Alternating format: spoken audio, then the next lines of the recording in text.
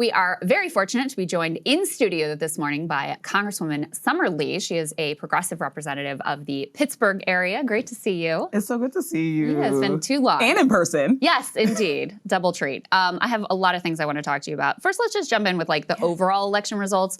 What do you think is the message that the American people were trying to send? Oh my goodness. You know, I think I don't want to take this election alone. I want to take both of the elections together, right? Because I think that weaving them together tells a big story, right? I think that last November, it was a change. It was like, we want systemic change. Mm-hmm. We want to see an acknowledgement that things aren't working, that the way that things have gone for so long that we don't like. And I think that coupling this one, honestly, I think it's like people are horrified, right? You know, oftentimes, obviously, when the party in power faces an election, it usually is a bloodbath. But I do think that, and I am grateful that people came out. A lot of people felt like they had, something actually exciting to vote for. You had other folks who felt like they were voting against something, whatever it was. Folks showed up, and I think they sent the message that they don't like the direction that Trump and his folks are taking us in currently. Yeah. And what do you think for Democrats? Like, what do you think Democrats should take from that? Oh my goodness. I think that we're always going to take the wrong lesson. Honestly, I sometimes wonder if we're doomed to take the wrong lesson. I think that a couple, separate them, right? Obviously with Zohran, I just feel like energy. People have been begging for some sort of just responsive representation that says, I see you, I know you, I'm not gonna be afraid to lift up just like the regular stuff that you want. I'm not gonna tiptoe around it, right? I'm gonna actually go and be amongst you. I'm gonna go to where you are, I'm gonna bring you. That's what people like that. Every time people like that. And then, I think that we all watched it, right? We watched for months as, some Democratic figures, they didn't wanna endorse, they didn't wanna, touch them. Yeah. I think that is a little bit of an indicator that we're making the wrong decision. We're taking the wrong message. Yeah. Let me tell you what I've been thinking about with that. So you had, Kirsten Gillibrand, I think, never endorsed, called him a jihadist. Unbelievable. You had Chuck Schumer, never endorsed, wouldn't say who he voted for on Election Day when the other choice was either an actual Republican or the guy who was endorsed by Donald Trump.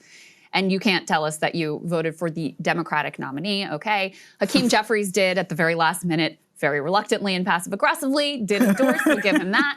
And so I've been thinking about, what is it, right? Yeah. What is it about this man that is so repellent? I don't think it's just this man, to be clear. And don't get me wrong. Yeah. I think that there are parts of this man that makes it easier for them to be, for some folks to be as outward, right? Because he is young, he's Muslim, he's an immigrant, right? Yeah. Especially Muslim. Like, I think that sometimes that gives people a little bit more of a comfort that they just should not have. Yeah. But like we saw with me in my early days when I first ran, we see it with a lot of like young, especially people and progressive. Yeah. That combination really does something to the establishment. And here's what I came to. So I think Israel's a big part of it. I don't think there's any doubt about that. And I want to dig into that more with you. Because for people who don't know, I mean, the Israel lobby spent, you can tell me how many millions against you, trying to defeat you. And they failed. And that was at a time when awareness of AIPAC and like Israel was not the red hot dividing line with the level of public awareness that it is. It's a different day. Now, it is a different day. So I want to get into that with you. But I've been thinking about it with Zohran. I think number one, it's his, just stridently, like, I'm not going to kowtow you. I'm not going to tell you the things you want to hear. I'm going to say I think it should be a state with equal rights. I'm going to stand firm on my position. And I think it's that. But I also think it's this sense from Democratic leadership that they are losing control of their ability to tell the base who they are allowed to vote for and who they're not. And Zohran, to me, is the biggest example of, they did everything they could. They had their scion of a storied political family, and Andrew Cuomo, he had all the money behind him in the world, et cetera. They tried to paint Zohran as a jihadist, anti-Semite, which is just wildly out of step, which is insane and totally racist.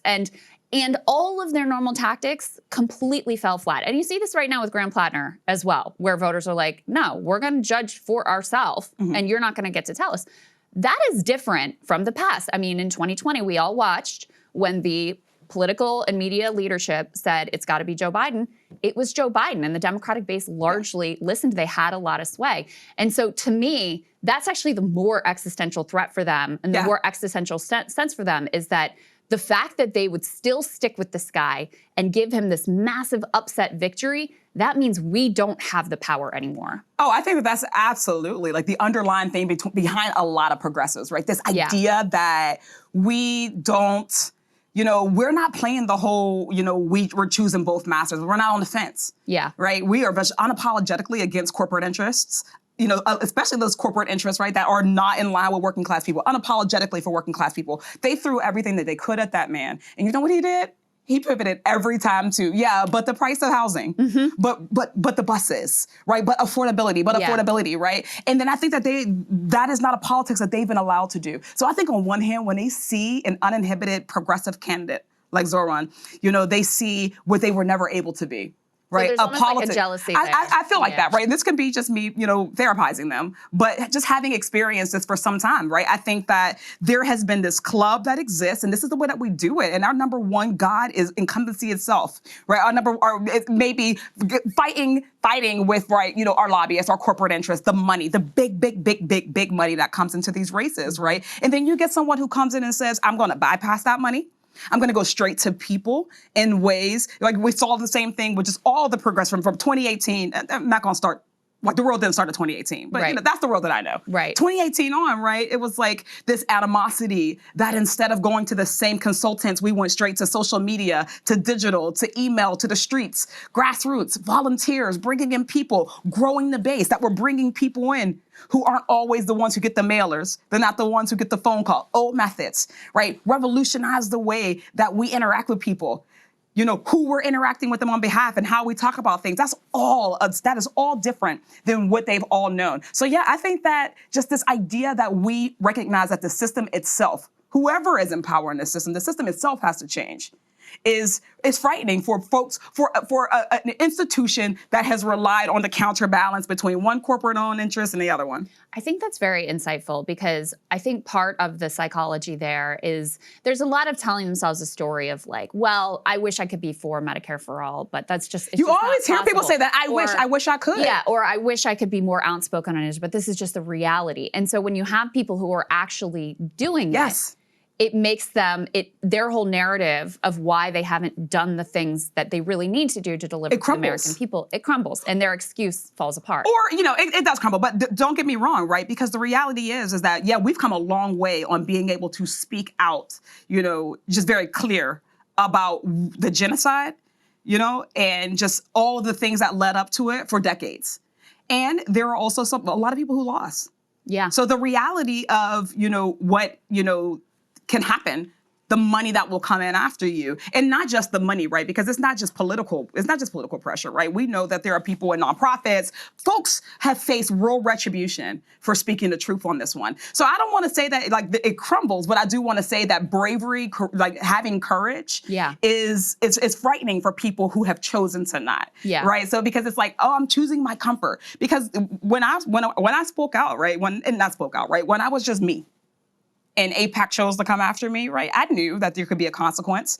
And I chose to say, it was more important for me to be honest, more important for me to be truthful and real to my values, and come what may. And there are a lot of people who don't want to do that. So I think that is another thing, too. Can you talk a little bit more about that race and the amount of money that was spent against you? And also, what was it for? What had you said that was so deeply offensive? Or what had you done that was so deeply offensive that justified this multi-million-dollar smear campaign against Honestly, what they spent against me then is peanuts. Peanuts to what they're spending now, right? True. I think they spent like a measly $4.5 million against me. What did they spend against Jamal Bowman? It was like 20 million or something insane. Yeah, many millions. Yeah, right. Just and it's gonna keep getting bigger. Honestly, I hadn't even said anything. Right. When I first ran, for Congress, I think I had literally one post. I had one tweet once. That said, honestly, that likened what I saw and what I perceived was happening to Black Lives Matter. And that was a bridge too far for them, because I think that so many people want Black folks to stay out of it. They want Black folks to have a one-dimensional view of things. So I was threatening just by being Black and progressive. So you likened the Palestinian struggle to basically like Black liberation struggles. I had, yeah. And that was It was one tweet. Too far. AIPAC has never reached out to me. We know the narrative, right? Mm-hmm. A new candidate shows up. the first call they usually get is from their local AIPAC rep. Then they do the interest paper. Yeah, people have talked about it. We've talked about it. Even Thomas Massey. Like people are talking about it more now. It is a real thing. AIPAC has never reached out to me. AIPAC has never asked for a meeting. They looked at me. Why do you think that? Honestly, I'm not even sure, right? I like to hope that they looked at me and said, the good sis is unbought and unbossed. It wouldn't matter if we call. I don't know if that's the real reason. Because they have actually reached out to other folks. Yeah. Other folks in my cohort. Yeah. They didn't even bother with me. They were like, we don't want her. Well, I know Jamal Bowman told us that they reached out to him and he said politely declined. Yeah. And then they went through another organization. Organization. Yes, a Black men organization in New York that he had a positive relationship with and basically tricked him into having a meeting with them because they were so desperate to get that in.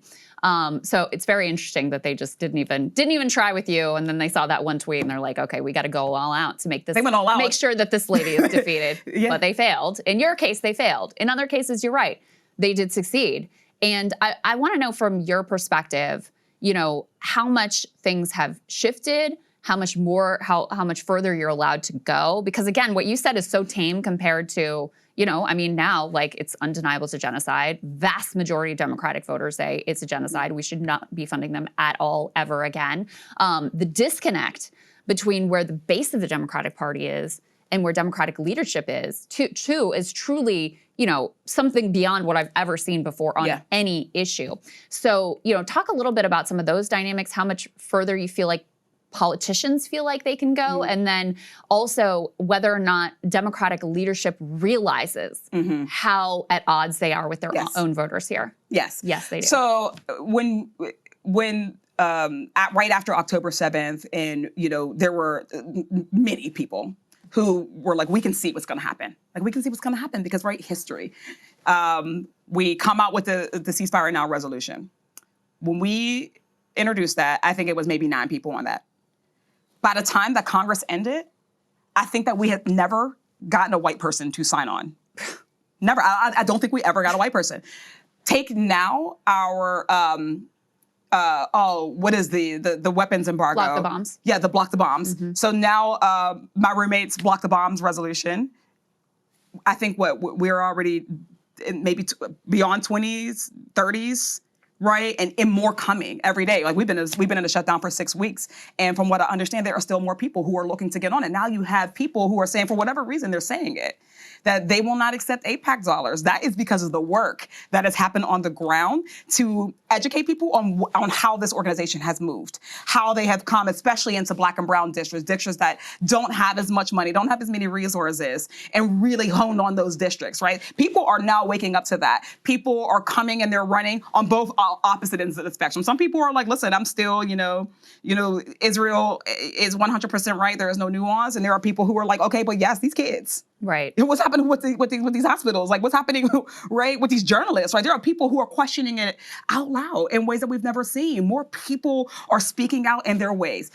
Back when it first happened, we were in, people don't remember this, but we were in session for, I think, 10 weeks straight. It wasn't until people went back home and then they found that at their town halls, people were saying ceasefire, right? That they were going and they were finding, they were talking to their district staffers, and their district staffers are saying people are calling and they are horrified by not just what they're seeing, but your stance. So, no, I think that they've known for some time that their districts do not align with this. This is why they're trying to change the narrative, right? They're trying to say, oh, well, you don't know enough to talk about this. Right. Well, you don't understand, right? No, all lobbyists have a right to exist, right? I've heard that.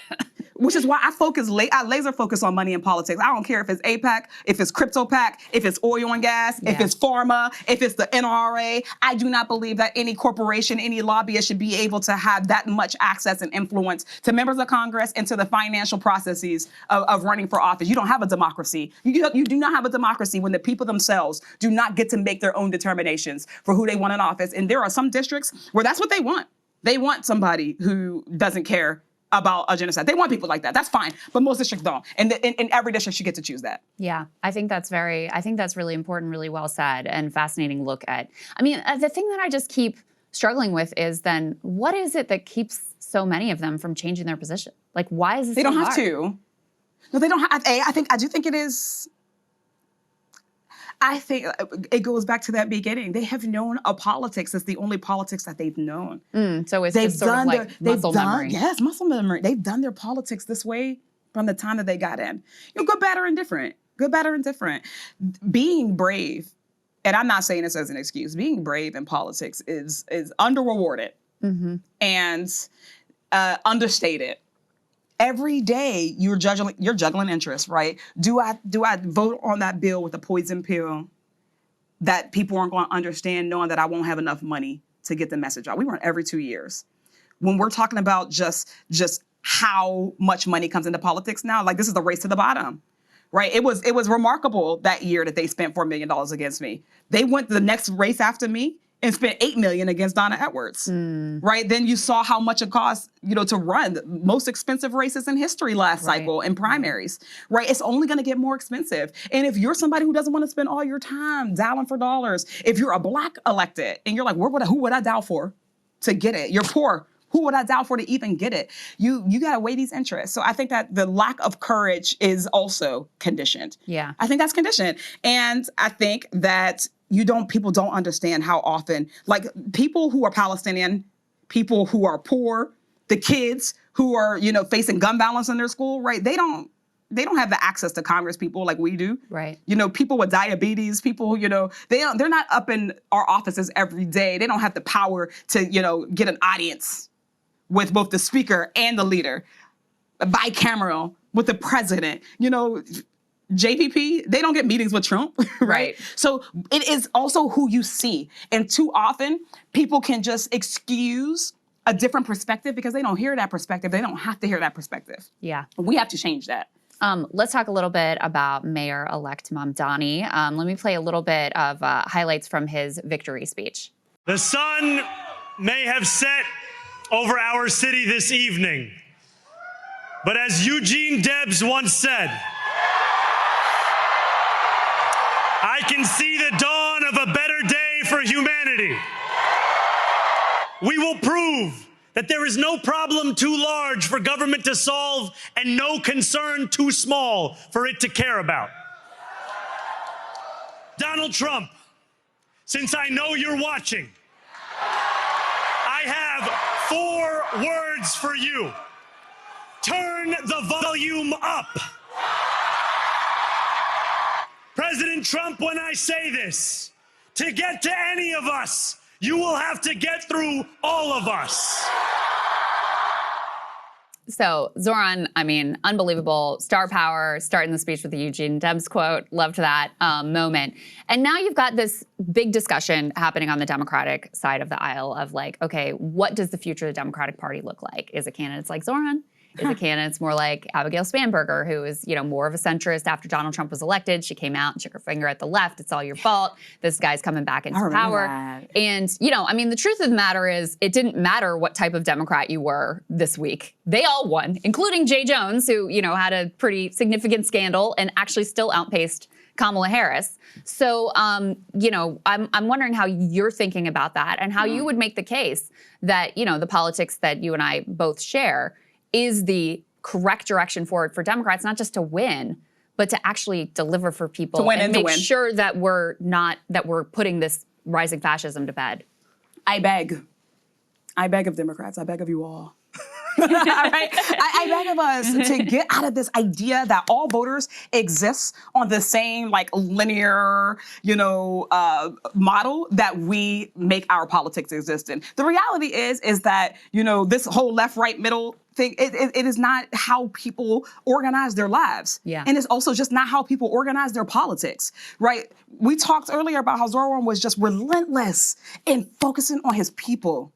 Focusing on his people wherever they were, whatever the topic was, he made a point of getting back to the things that people care about, and that's how you earn trust. But to do that, he had to know what people cared about. He had to know what excited them. He had to be a genuine, authentic messenger, right? So number one, we don't have a messenger. We don't have a message problem. We have a messenger problem, right? The future of the Democratic Party is going to be one that picks a side. right? And the side isn't, are we going to be the scary left? Are we going to be the center? No, the side is, are you going to be for the people or are you going to be for the special interests? That's the first thing that we have to do. So before we go into analyzing these races, we're just all Dems won, wherever a Dem ran. Like, let's talk about what the Dem party brand is going to be. I don't really care if you are a centrist. I do care if you are somebody who believes that a corporation has more right to be comfortable in the society, to be taken care of than working class people. And you cannot convince me that whether you are in the Appalachian Mountains or if you are in the Deep South or if you are, on the coasts, you can't convince me that people want corporations to have more rights, to have, more access to care than regular people. So we got to get rid of that one. I think that is the number one thing. But number two, I think we should not discount what people like Zohran are able to do. The cities do exist. We should not have to moderate our politics to areas that we don't represent. Just like Nebraska gets the right to have a representative that reflects them and their values, why should our urban areas not? Why should Black areas not get to have that? Why should poor areas not get to have that, right? We get to have that too. And I think that too often the party likes to exclude us, right? The pathway to 218 comes through our blue areas too. Yeah. Right? Yeah, what did you make of, I saw Cory Booker in particular, Pete Buttigieg in particular, like, congratulations to all the Dems, but not really Zohran. I mean, they just couldn't bring him up. And, the funny thing to me, too, is with Pete Buttigieg's post in particular, he mentioned the affordability message that Spanberger and Mikey Sherrill ran on, which, especially Sherrill. Like Zohran, they do that every day. Right. And, I mean, he really, in my opinion, you can tell me if you disagree with this, he was really the one that led the way on that and showed this is powerful. This I'm very biased, but I saw him leading on that. Right, this is very powerful. This politics is so powerful that it can turn Trump voters back to the Democratic Party. It can allow me to win young men by 40 points. It can allow me to unseat a legit political dynasty coming from 0% of the vote to victory with a majority of the vote on election day. That's how powerful this message is. And so to just erase him from that, I found to be very offensive. Again, it comes back to that lack of courage, right? Because at the end of the day, they will always use us against each other. Listen, since I came onto the political scene in 2018, every election cycle, the Republicans who barely exist in Western Pennsylvania and nationally will use me on somebody's mailer against some candidate in a district that isn't as Democratic performing as mine. Every single time. They will do it. The question is what will we accept? Right? If the Republicans want to demonize Black and brown people, right? If they want to demonize queer and trans people, we don't have to acquiesce. We don't have to accept it. We have to go and do our work. So I'm trying to understand, why is it that we, the left, we are mature enough to understand that there are different districts with different makeups and different values. Again, I think that all working class values, I think our message relates everywhere. Neither here nor there. But we recognize that different districts exist. And we are not trying to say that you don't get to be. Why can we have the maturity to understand that and other people don't give us the same courtesy, right? When Republicans are demonizing Black women, I don't expect Democrats to help them. Right. Every election cycle, it brings us back to that one, the back in 2020 when everybody was saying, oh, all these Democrats lost because of Black Lives Matter. They lost because of defund the police. And I'm like, well, Black folks have been, we've been begging. We've been begging for people to look at this system. And you're going to now come and blame us that your candidate who did not run on that in a district that didn't focus on that's the reason why they lost? Yeah. I think that we're scapegoating us. That we actually did beat Donald Trump. Yes. And so our willingness to accept their messaging and their narrative has now bitten us in the butt. As we've come back around, right? Because again, we yield the floor to them to create the narratives, and then we just react to it. And we got used to it when it was against people who we didn't want to defend, didn't know how to defend. But again, we saw what he was able to do. He excited people. This is the largest voter turnout in decades. Yeah. He brought new people in. That's what we want to do, right? Like, I'm looking around. That's what we want to do. We lost. We need more people. He went and got more people. And not only did he go and get them, I hear from people who are like, oh my God, Zohran is the first vote that I cast that made me excited. Yeah. I remember when people said that about my race and Rashida and so many people, they're like, I was excited to come. That's a party that we should aspire to, that people are not just voting out of duty. They're voting out of excitement. They're voting because I'm like, I believe a better world is possible, and I actually have a responsibility to help to create it. Yeah. Let me play for you his, he got, I think, asked a question about ICE and how he would handle, I mean, we're just seeing rampant lawlessness from not just ICE, by the way. ICE is sort of the catch-all, but it's ICE, it's CBP, it's whoever, FBI, whoever else, whatever other federal masked thugs have been set loose on American cities. Let's go ahead and take a listen to F2. This is Zohran talking about ICE. My message to ICE agents and to everyone across this city is that everyone will be held to the same standard of the law. If you violate the law, you must be held accountable. And there is sadly a sense that is growing across this country that certain people are allowed to violate that law, whether they be the president or whether they be the agents themselves. And what New Yorkers are looking for is an era of consistency, an era of clarity, an era of conviction. And that is what we will deliver to them.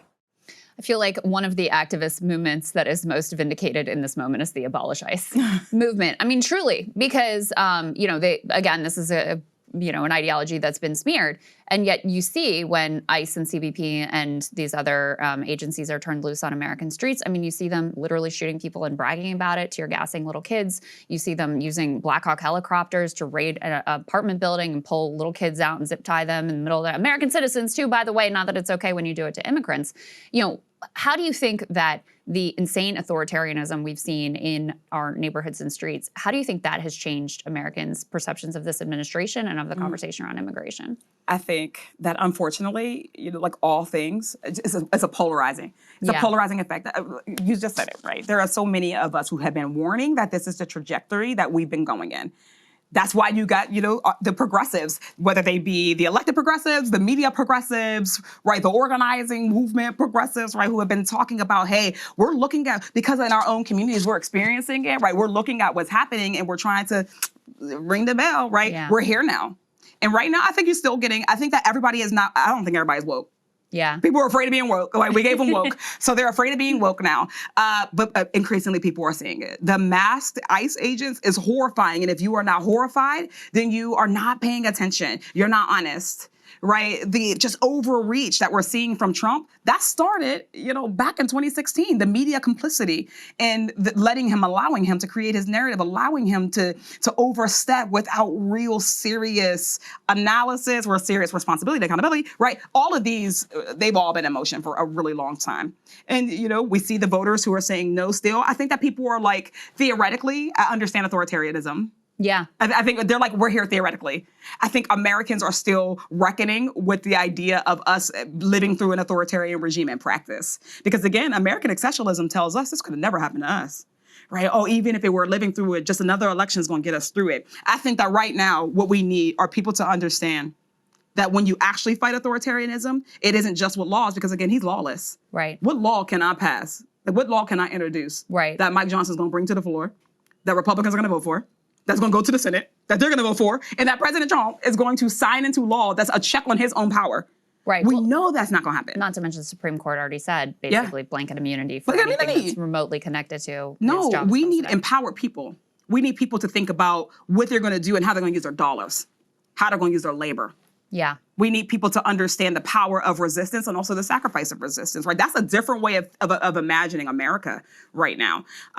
So I think that, you know, but on the other hand, I think that there are still Trumpful who see what he does. I think some of them every now and then are like, oh, that's wild. Yeah. That's wild. But then they go back to sleep and they wake back up and they start the day over again. And we have to acknowledge and accept that that's where they are right now. I don't think that we are doing enough work that when someone does pick off, you know, that we're like, welcome.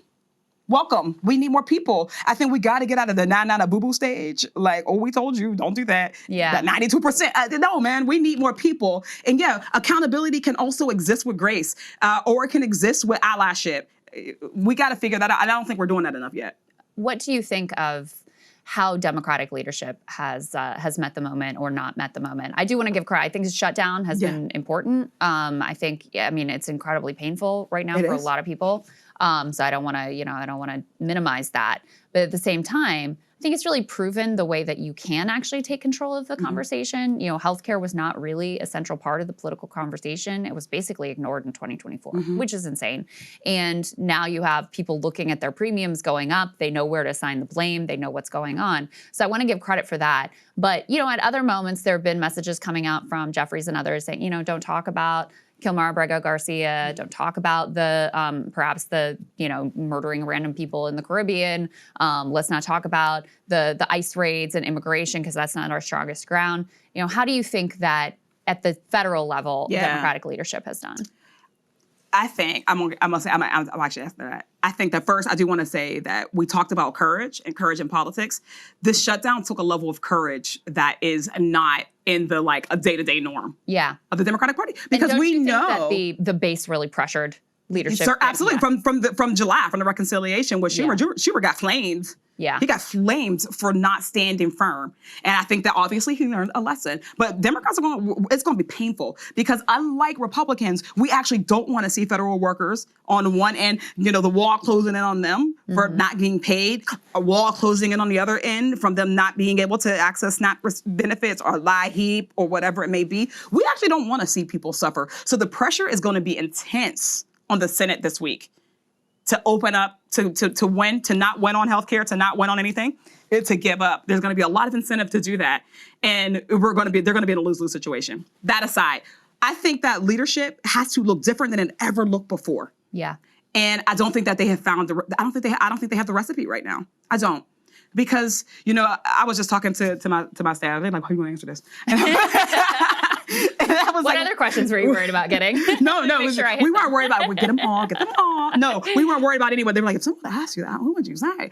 No, but I was just like, I think that people just even just really in the course of a conversation, I was like, I think that leadership traditionally sees itself as leadership of the caucus. Right. They are the leader of the caucus, and leadership has meant that we have to raise enough money to help the frontliners. We have to raise enough money to flip the seats. We have to gain a majority. But leadership to the country right now looks like marching orders. Yeah. It looks like being in the trenches. We have images of George Washington on a horse. Yeah. On the front lines, that type of leadership. People are looking for that, and they're not wrong. So I don't think that they have met that. Yeah. And I think that that's what people want from us. And when you shift, who are we leaders of? I think that's what people are asking. We're not asking you to be leaders of each other. That's a good right. We're asking you to be point. leaders of our country, leaders of us. What can I be doing right now? My organization maybe has a couple dollars, and what should we do? Right. The labor unions are like, hey, the labor history is a mighty one. What do we do? What do we do with it? People want to see people acknowledging that every movement in history was not led by Congress. It was led from the outside. The real movement came from the organized, empowered electorate. How do we get people back into that? How do we help people understand that the final fail-safe in a democracy are the people? We don't get a dictatorship. Trump don't get to decide if we have a dictatorship, right? Hakeem Jeffries doesn't get to decide if we have a dictatorship. We do. And we just want our leaderships to be with us in that. So to that extent, we all have to figure out better ways of doing that. And it will be hard because we have spent too much time telling people that the right way to protest is to just vote.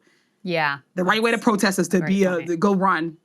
And not that the right way to protest has always been your organized. It's always been when you take to the streets. That's always been an appropriate way to express, dissent, to express a lack of consent when your government doesn't answer you when you say you want this. Has Hakeem Jeffries earned your vote again for leader? I don't think, first of all, we got a whole year to go. My hope and dream is that everybody will change the way that they're doing things. So right now, the question is who's running? Who's even a part of the conversation about being a leader? I think that right now we have room where everybody is going to have to step it up. Everybody needs to step it up right now.